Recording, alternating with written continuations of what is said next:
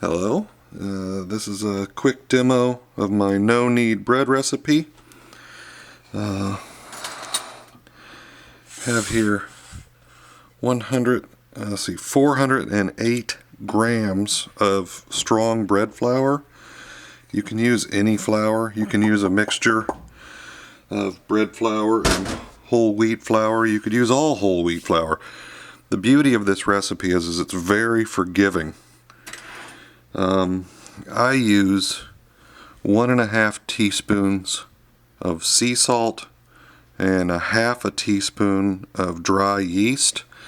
You can adjust the amount of salt to your taste. I like a salty loaf, so if you don't, change it. Once you put those in there, we'll give this a little whisk just to incorporate the salt and yeast.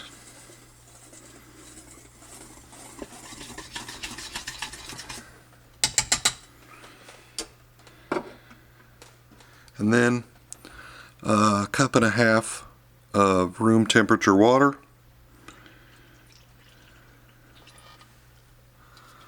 Really. Now I use a chopstick to stir this. I saw this on one of the bread maker YouTubers, and it really makes sense, because if you use a big spoon, yeah, that's right, you don't want to have a big glob of dough on your spoon. Yeah, the kitty agrees. What do you say, cat? Well, just take your time with this. It doesn't, the main goal is to keep it in the bowl, as they say. Then I've got one of these little silicone or plastic pan scraper, just to finish putting the dough together. You don't have to knead it or mix it well or put it in a blender or anything like that, but you do want to get all of the flour off the sides, kind of incorporated, get it off the bottom.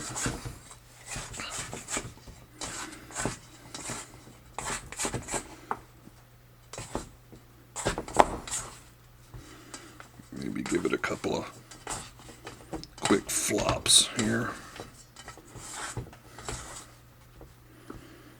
And that's it. Okay, the dough is ready.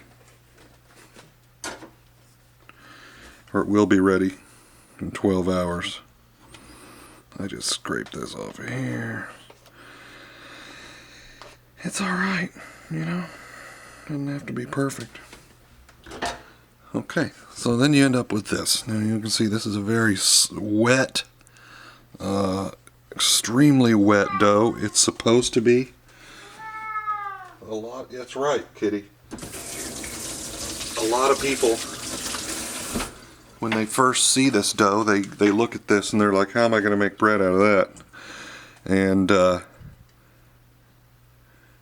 they try to touch it. Don't touch it. That's the key. Okay? So now you're going to take this, you're going to cover it up with something. I use an old glass pan lid, okay? And there's one thing. I don't have two big bowls. I've only got one big one and one small one. This might rise up enough that this bowl would be too small. So I would recommend using a bowl that's bigger, like this size. Okay? After 12 hours, this is what you're going to have. You're going to have a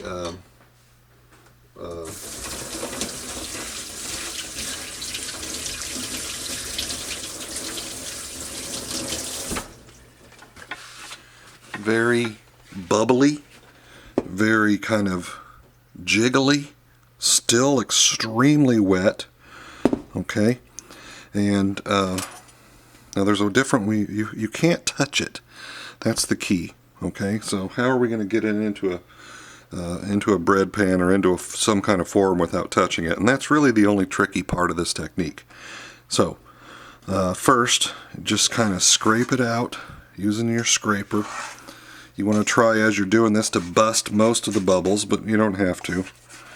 Okay, I just kind of scrape it out and let it fall on the counter. Now notice I'm not putting any flour down, and that's intentionally. I don't want to put flour down at this point. Okay, I'm actually going to use the stickiness of the dough to help as I form it. I've got 2 of these standard board scrapers. You can get these at the baking store. And then the first thing I do is I get underneath it and I flop it over itself. And then I just kind of work it around. It's really sticky. What I want to do is I want to try to get a smooth top. Okay? And then as I'm working it, I'm pushing the sides under, maintaining that smooth top, just trying to get the edges tucked under as much as I can. I'm not really worried about the edges at this point. And so now I've got basically this smooth top in a rounded shape. Okay? All I'm really worried about at this point is the top. Now I'm going to put on some flour. I'm going to sprinkle it across the top. Just not that much, a little bit, doesn't matter. Most of this is going to get soaked in, so I've got it across the top and around the edges a little bit. And this is going to allow me to work with the dough and get it off of the tabletop. Okay, so I'm just going to start pushing the flour under.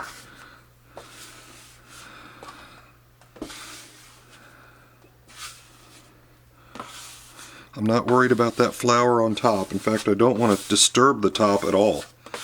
All I'm doing is putting flour underneath here.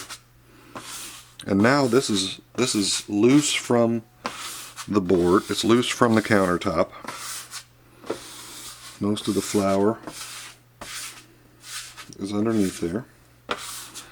So now I can pick this up with these and move it around when I'm ready. Okay. So the next thing that you need is a heavy iron or ceramic Dutch oven. Okay, I use this. This is from IKEA. I just got this actually. It's perfect. I can't remember the name of it. This is a 5-liter Dutch oven. It's extremely heavy, cast iron, and this is going to help us get an intense level of heat during the beginning of the baking process. Okay, so and the way that I get it in there is by using this paper foil. Okay, I should put like this. Okay, paper foil. So basically, we would call this parchment paper. Just need a little square of it. Now if you have a round Dutch oven, you'll want to keep your loaf kind of rounded. Mine is a little bit oblong, which is better because it makes an oblong loaf, as you'll see. So I want to kind of have a little bit of a kind of an oblongish shape with mine, like that. Again, it doesn't have to be perfect. It's bread, you know. It's going to be delicious, really, no matter what you do. Okay, so just going to get it on there like that.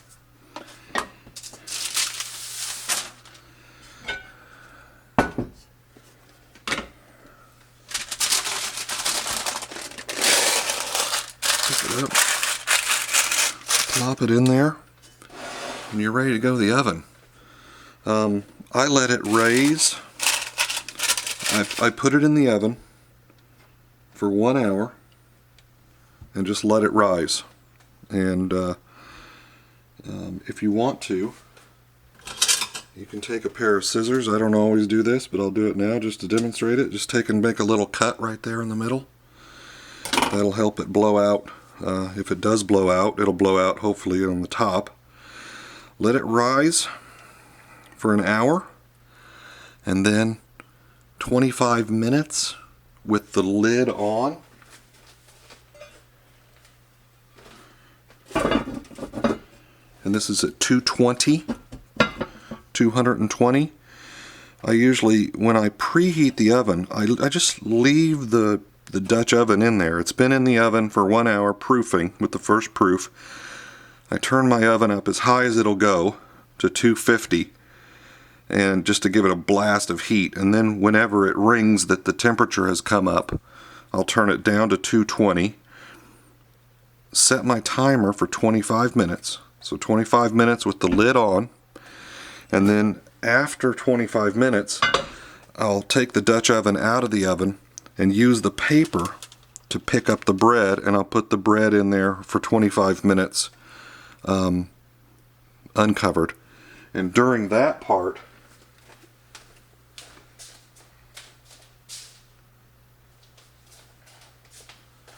I have a spray bottle, and I'll spray water into the oven just to build up a little bit of a steam bath. That'll help give you a nice golden crust on the bread as it's cooking.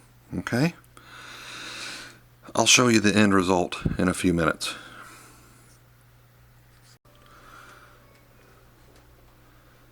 So here's the end product.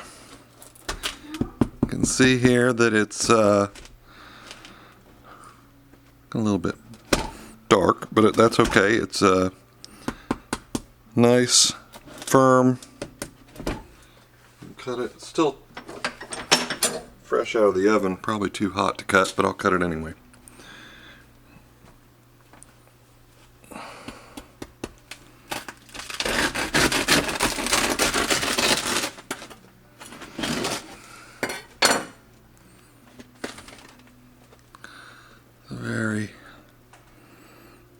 Some holes in it. It's really steaming up in the camera.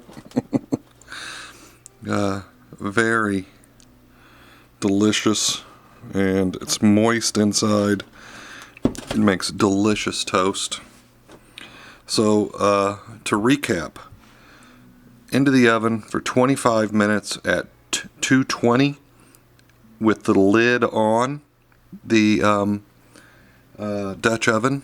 And then for the last 25 minutes, I take it out of the Dutch oven completely and spray water in with the squirt bottle 2 times. One at 25 minutes and one at 12 minutes. And that'll get you this crust. Mine is a little bit dark because my oven has a fan in it, but I actually like this flavor. It's of the really dark crust, so it doesn't bother me. But if you do have a convection element that you can't turn off, then I recommend that you use the piece of tin foil to cover up the fan. I've done that before, but this time I didn't, and I actually like it when it's a little bit dark like this. So that's it. That's my video. So the instructions and the recipe are in the comments.